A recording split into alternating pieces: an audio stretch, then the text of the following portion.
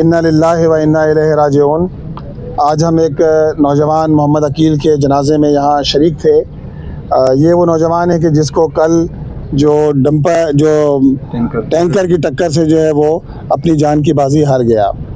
और ये रोज़मर्रा के वाक़यात हैं जो इस शहर कराची में पेश आ रहे हैं। सिर्फ जनवरी से लेकर फरवरी तक कमोबेश 125 से ज़ायद वाक़यात पेश आ चुके हैं, जिनमें कीमती जानें ज़ाया हुई हैं। इसमें हैवी ट्रैफिक के हादसात भी हैं और हल्के ट्रैफिक के हादसात भी हैं। ये सारे हादसात हैं जिसमें कराची के लोग जो है अपने प्यारों के लाशें उठा रहे हैं, नौजवानों के लाशें उठा रहे हैं। और ये जितनी मजम्मत की जाए कम है। यहाँ उनके अजीज़ भी मेरे साथ यहाँ मौजूद हैं। ज़ाहिर बात है एक वाक़या हुआ है जो घर वालों पे कर्ब और अलम का जो आलम होता है, इस वाक़े के बाद वो कैफियत घर वालों की कैफियत भी है।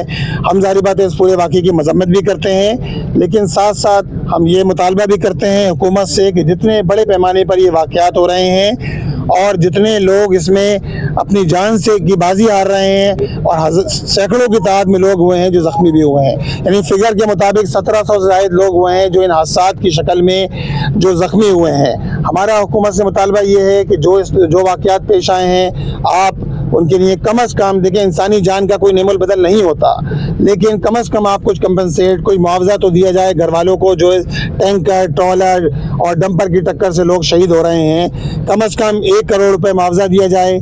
इसी तरह हम ये बात ज़रूर कहेंगे कि रोड सेफ्टी का मैकेनिज़्म होना चाहिए।